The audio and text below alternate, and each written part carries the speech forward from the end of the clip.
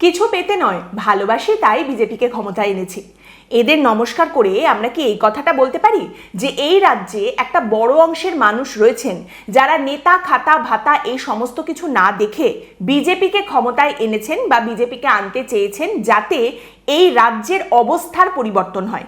এই রাজ্যের যে একটা জরাজীর্ণ কঙ্কালসার অবস্থা, এই যে রাজ্যটা একটা রীতিমতো বৃদ্ধাশ্রমে পরিণত হচ্ছে, সেটার যাতে পরিবর্তন হয়। যদি এখানে কর্মসংস্থানের ব্যবস্থা করা যায়, যদি এই রাজ্যে ছেলেমেয়েরা যারা রয়েছে বেকার, তাদের হাহাকার কান্নার শব্দ যদি বন্ধ করা যায়, যদি বিনিয়োগ আসে, কারখানা হয়, কর্মসংস্থান হয়, যদি কেন্দ্র আর রাজ্যের মধ্যে সংঘাত না থাকে, কেন্দ্র আর রাজ্যের সমন্বয়, যেটাকে বলা হচ্ছে ডবল ইঞ্জিন সরকার, সেই সমন্বয়ের মাধ্যমে যদি পশ্চিমবঙ্গে বিনিয়োগ আসে, বড় বড় কারখানা তৈরি হয়, কর্মসংস্থান তৈরি হয়, তাহলে এখানকার ছেলেমেয়েরা কাজের সুযোগ পাবে।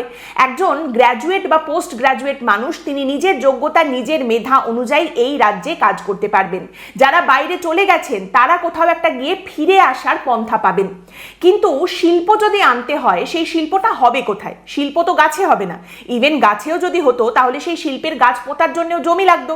অতএব শিল্পের জন্য জমি লাগবে, এবং সেটাও ছুটকো ছাটকা ছোট জমি নয়, প্রাইম জমি, বেশ বড় পরিমাণ জমি লাগবে।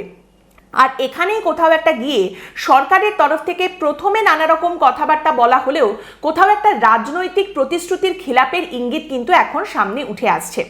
দেখুন, বিষয়টা হচ্ছে, প্রথমে এই সরকার আসার পর ডবল ইঞ্জিন সরকার, গুজরাট মডেল, এইরকম বড় বড় প্রতিশ্রুতির কথা চিলচিৎকার করে বলার পরে সিঙ্গুর নন্দীগ্রামের ইতিহাস, সেখানে যা হয়েছে, বর্তমানের মহামহিম তিনি সেই সময় সিঙ্গুর নন্দীগ্রামে যা করেছেন, যে ভূমিকায় থেকেছেন, সেখানে কোথাও গিয়ে একটা ভয় হয়তো কাজ করছে যে তার সঙ্গেও যেন এরকম আবার না হয়ে যায়।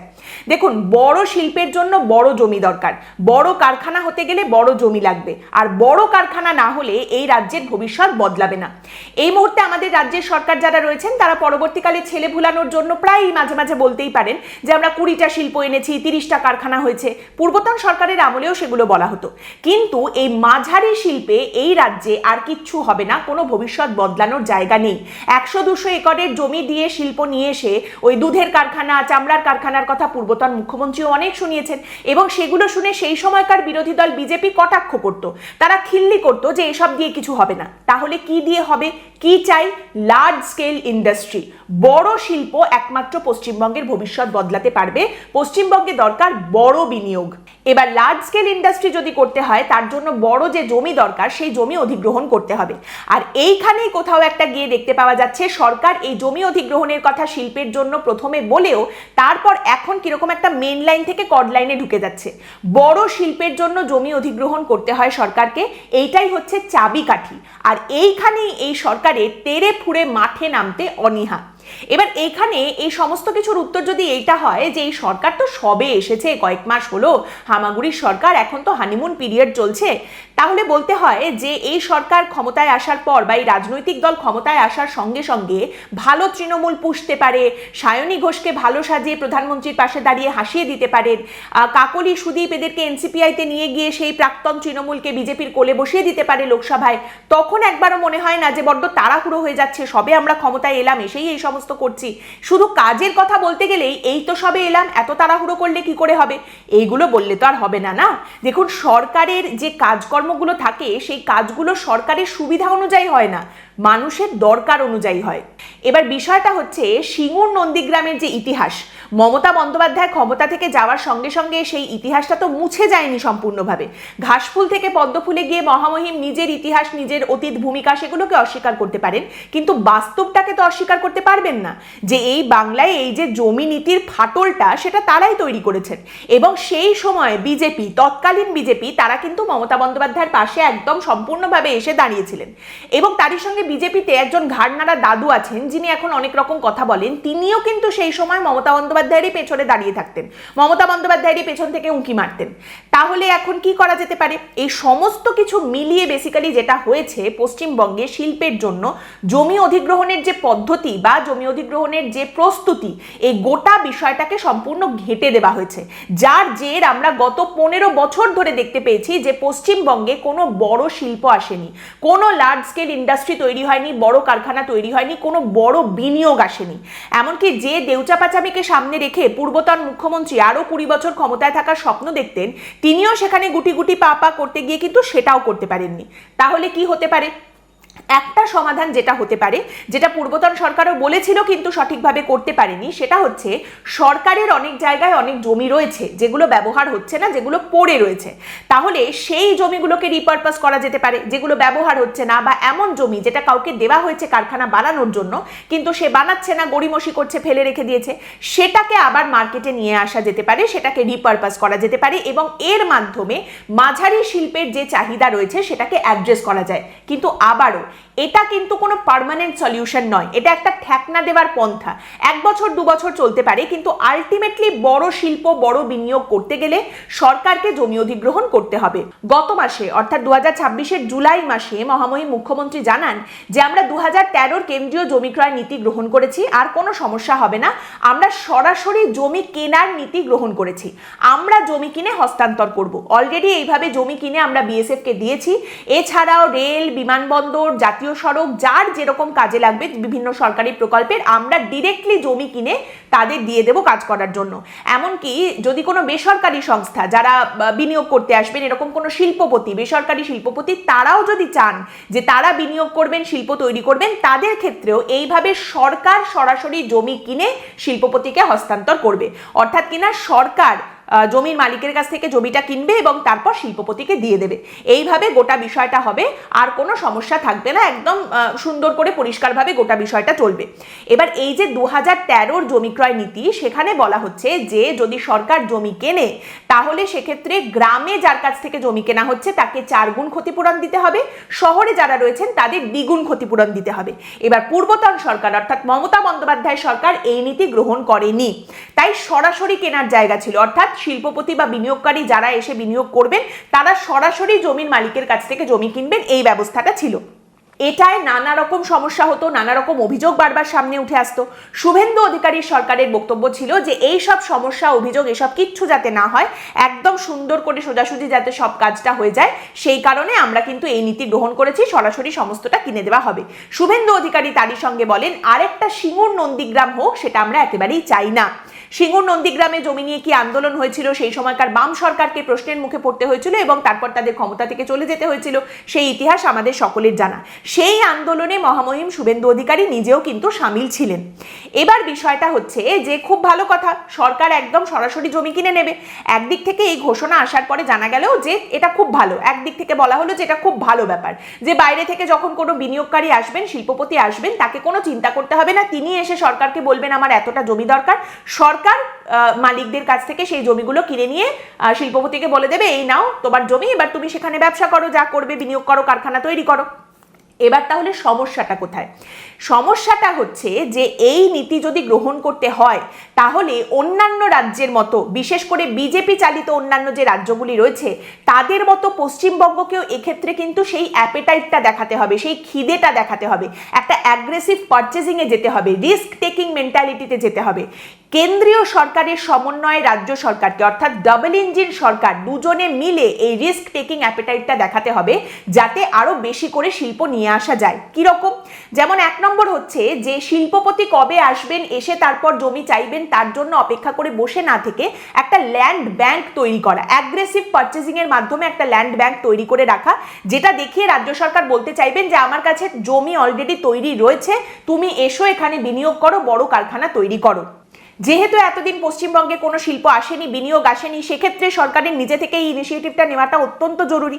এবার বিষয়টা হচ্ছে পূর্বতন সরকারেরও এই ল্যান্ড ব্যাংকের কথা বলা ছিল, কিন্তু এত উঁচা জমি ছিল এবং তারই সঙ্গে এই রাজ্য সরকারের যে রেপুটেশন ছিল, কেউ আসেনি। দেখুন, জমি যদি ল্যান্ড ব্যাংক তৈরি করতে হয়, জমি হস্তান্তরের বিষয় যদি থাকে, যারা শিল্প করবেন তাদের 3টে ক্রাইটেরিয়া থাকে। 1 হচ্ছে বড় জমি দরকার, 2 হচ্ছে প্রাইম লোকেশনে আমার জমি দরকার, একটা কানেক্টেড জায়গায় জমি দরকার, এবং 3 নম্বর কন্টিজিয়াস জমি দরকার, অর্থাৎ যতটা জমি সেটা একসঙ্গে যেন কানেক্টেড থাকে, টানা অতটা জমি যাতে পাওয়া যায়, মাঝখানে বাধা, মাঝখানে অন্য কিছু একটা রয়েছে সেরকমটা যাতে না হয়। এবং তার সঙ্গে দ্বিতীয় যে বিষয়টা সেটা হচ্ছে সরকারকে অ্যাগ্রেসিভ পারচেজিং এর মাধ্যমে এই জমিগুলো তো কিনতে হবে, বেশি ক্ষতিপূরণ দিতে হলে দিতে হবে, কিন্তু তারপরে প্রথমে সরকারকে লোকসানে বিক্রি করতে হবে, কম দামে বিক্রি করতে হবে। এবার আপনি বলবেন কেন বেশি দামে চড়া দামে সরকার কিনবে তারপর লোকসান করে বিক্রি করবে কেন? তার কারণ আবারও এতদিন ধরে পশ্চিমবঙ্গে কোনো বড় বিনিয়োগ, বড় কারখানা, বড় শিল্প আসেনি, তাহলে সেই রেপুটেশনটা তৈরি করতে গেলে প্রথমে সেই রকম একটা ফেভারেবল পরিবেশ তৈরি করে বলতে হবে তোমাকে কম দামে দিচ্ছি, তুমি এসে বিনিয়োগ করো। এবার দুটো অন্তত বড় বিনিয়োগ, বড় শিল্প যদি গড়ে ওঠে সেখানে কর্মসংস্থান হবে, সেটার উপর ভিত্তি করে আরো ছোট ছোট শিল্প, ছোট ছোট ব্যবসা গড়ে উঠবে, এবং এগুলো ভালোভাবে চলতে দেখলে পরবর্তীকালে আরো বড় বড় পুঁজিপতিরা, শিল্পপতিরা আসবেন, বিনিয়োগ করবেন এবং লং টার্মে এই বিষয়টা পুষিয়ে যাবে। তো সরকারকে প্রথমে এই লং টার্মের হিসেবটা দেখতে হবে। এবার এখন যে পন্থা নেওয়ার কথা সরকার ভাবছে তার মাধ্যমে জমি কেনা, বিনিয়োগ করা, এই গোটা পদ্ধতি, এই গোটা প্রক্রিয়াটা সহজ হওয়ার বদলে আরো বেশি কঠিন, আরো জটিল, একেবারে জিলিপির প্যাঁচের মতো ঘেঁটে যাচ্ছে। সম্ভবত হয়তো সিঙ্গুর নন্দীগ্রামের সেই ইতিহাস, সেই ভূত হয়তো এখনো পর্যন্ত মাথার উপরে রয়েছে, অথবা তারা মনে করছে যে শিল্পপতির ক্ষতি হলেও আমরা অন্তত রাজনৈতিকভাবে তো সতী থাকতে পারবো, রাজনৈতিকভাবে সৎ থেকে আমরা বলতে পারবো যে না আমরা তো ওই জমি নিয়ে কিছু করিনি। তার মানে নিজেদের পিঠ বাঁচানোটা রাজনৈতিকভাবে, শিল্প আনা, বিনিয়োগ আনা, এগুলোর থেকেও বেশি গুরুত্ব দিয়ে কি দেখছে বর্তমান শাসক দল এবং বর্তমান সরকার? আমরা মধ্যস্থতা করব, শিল্পপতি বা বিনিয়োগকারী যিনি রয়েছেন তিনি সরাসরি জমির মালিকদের কাছ থেকে সেই জমি কিনবেন, আমরা মাঝখানে মধ্যস্থতা করব। মানে সরকার জমির মালিকদের মাথায় হাত বুলিয়ে, ডান্ডা মেরে বা ভালোবেসে বলবে দিচ্ছ না কেন, জমি দিয়ে দাও, বিক্রি করে দাও। এবং এইখান থেকেই কিন্তু একটা বাজে অভিসন্ধির ইঙ্গিতও সামনে উঠে আসছে। সেটা কি? এইখানে গোটা প্রক্রিয়াকে আরো এক ধাপ কঠিন করে যে ব্যবস্থাটার কথা বলা হচ্ছে, যে কোনো প্রাইভেট কোম্পানি যখন এসে এই জমি কিনবে, তারা যখন বিনিয়োগের জন্য জমির মালিকদের সঙ্গে ডিল করবে, তখন সেখানে জমির বিনিময়ে কেস টু কেস বেসিসে জমির মালিকদের কোম্পানির শেয়ার দেওয়া হবে। এবার টেলিগ্রাফে এই রিপোর্টটা করে যখন প্রশ্ন করা হচ্ছে যে একজন কৃষক তিনি যখন নিজের জমি দেবেন তিনি শেয়ার কেন নেবেন, তিনি তো আরো বেশি ক্ষতিপূরণ চাইবেন, টাকা চাইবেন। একজন কৃষক তিনি ফসল উৎপাদন করেন, সেটা বিক্রি করে তিনি টাকা পান, তাহলে তিনি জমি বিক্রি করবেন, জমিটা যদি তিনি দিয়ে দেন তার বিনিময়ে তিনি টাকাটাই চাইবেন। এখানে এই শেয়ারের বিষয়টা আসছে কেন, আর এই শেয়ার কেনা বেচার বিষয়টা আসছে কাদের জন্য? এই প্রশ্নের কোনো উত্তর কিন্তু কোনো আধিকারিক দিতে পারেননি, তারা কোনো কিছু বোঝাতে পারেননি। আর এইখানেই কিন্তু আরেকটা অত্যন্ত খারাপ অভিসন্ধির ইঙ্গিত সামনে উঠে আসছে। ধরুন একজন অনুব্রত মণ্ডলের মতো ভালো তৃণমূল নেতা বা কোনো বিজেপি নেতা, বিজেপির তো সবাই ভালো, খারাপের কোনো বিষয় নেই, তিনি গ্রামের সমস্ত কৃষক যারা রয়েছেন তাদের কাছ থেকে সব জমিগুলো একত্রিত করে নিজে কিনে নিলেন, হাত বুলিয়ে, ডান্ডা মেরে, যেভাবেই হোক তিনি সেগুলো নিয়ে নিলেন। তারপর তিনি গিয়ে সেগুলো সেই প্রাইভেট কোম্পানিকে বিক্রি করলেন, সরকার মধ্যস্থতা করছে, এবং সেই সময় তিনি এই কোম্পানিকে জমিগুলো বিক্রি করার সময় মুনাফা, শেয়ার, এই সমস্ত কিছু বুঝে নিলেন, এই সমস্ত ব্যবসাটা করে নিলেন। আর এখানেই এইটা হতে পারে আরো বেশি করে, তার কারণটা হচ্ছে গুজরাট বা মহারাষ্ট্রের মতো পশ্চিমবঙ্গে এক একজন মানুষের কাছে যে পরিমাণ জমি রয়েছে সেটা ওই রকম বিঘার পর বিঘা নয়, যেটা গুজরাট বা মহারাষ্ট্রে দেখতে পাওয়া যায়। ধরুন গুজরাটে একই পরিমাণ জমি নেবার জন্য যদি 100 জন জমির মালিকের সঙ্গে কথা বলতে হয়, চুক্তি করতে হয়, তাহলে সেই সম পরিমাণ জমি নিতে গেলে পশ্চিমবঙ্গে সম্ভবত 10,000 জন জমির মালিকের সঙ্গে কথা বলতে হবে, কারণ এখানে যারা জমির মালিক রয়েছেন তাদের কাছে জমির পরিমাণটা কম। একটা সংখ্যা সামনে রাখা হচ্ছে যেখানে বলা হচ্ছে অন্ধ্রপ্রদেশে যেখানে 33,000 একর জমি অ্যাকোয়ার করা হয়েছিল বা কেনা হয়েছিল 25,000 জমির মালিকের থেকে, সেখানে পশ্চিমবঙ্গে যখন টাটারা 997 একর জমি নিয়েছিল সেটার জন্য তাদের চুক্তি করতে হয়েছিল 14,000 জমির মালিকের থেকে। 33,000 একর জমি, সেটা 25,000 জন হচ্ছে জমির মালিক, আর এখানে 997 একর জমি, তার জমির মালিক হচ্ছেন 14,000 জন। তাহলে বুঝতে পারছেন এই পরিস্থিতি, এই যে একজন সবাইকে হাত বুলিয়ে জমি নিয়ে তারপর সেটাকে বিক্রি করতে যাবেন, এই পরিস্থিতি তৈরি হওয়ার সমূহ সম্ভাবনা দেখতে পাওয়া যাচ্ছে। সেক্ষেত্রে তাহলে যে নীতি সরকার নিতে চলেছে, সরকারকে এবং এই বেসরকারি সংস্থা, শিল্পপতি, তাদের এখন কি দালালের হাত ধরতে হবে? আর এই দালালরা তাহলে কারা হবেন? সরকারের ভালোবাসার লোকেরাই হবেন। এবং আগেই যেটা বলছিলাম যে রাজ্য সরকারের একটা রিস্ক টেকিং অ্যাপেটাইট থাকবে, তাদেরও প্রতিযোগিতার মধ্যে নামতে হবে, একদম তেড়ে ফুড়ে নামতে হবে। তার কারণটা কি? গুজরাট মডেলের কথা বলা মানেই এবং ডাবল ইঞ্জিন সরকার আছে মানেই যে রাজ্যে বিনিয়োগ আসবে, শিল্প আসবে, এমনটা কিন্তু নয়। আপনারা জানেন আন্নামালাই, যিনি বিজেপিতে ছিলেন, একেবারে বিজেপির ঘরের লোক, তামিলনাড়ুর রাজ্য সভাপতি যাকে করেছিল বিজেপি, তিনি বিজেপি ছাড়ার পরে এই গুজরাট মডেলের রীতিমতো তুলোধনা করছেন এবং তিনি বলছেন যে সমস্ত বিনিয়োগ সবকিছু গুজরাটেই যাচ্ছে, কই অন্যান্য রাজ্যে কেন সেগুলো দেখতে পাওয়া যাচ্ছে না।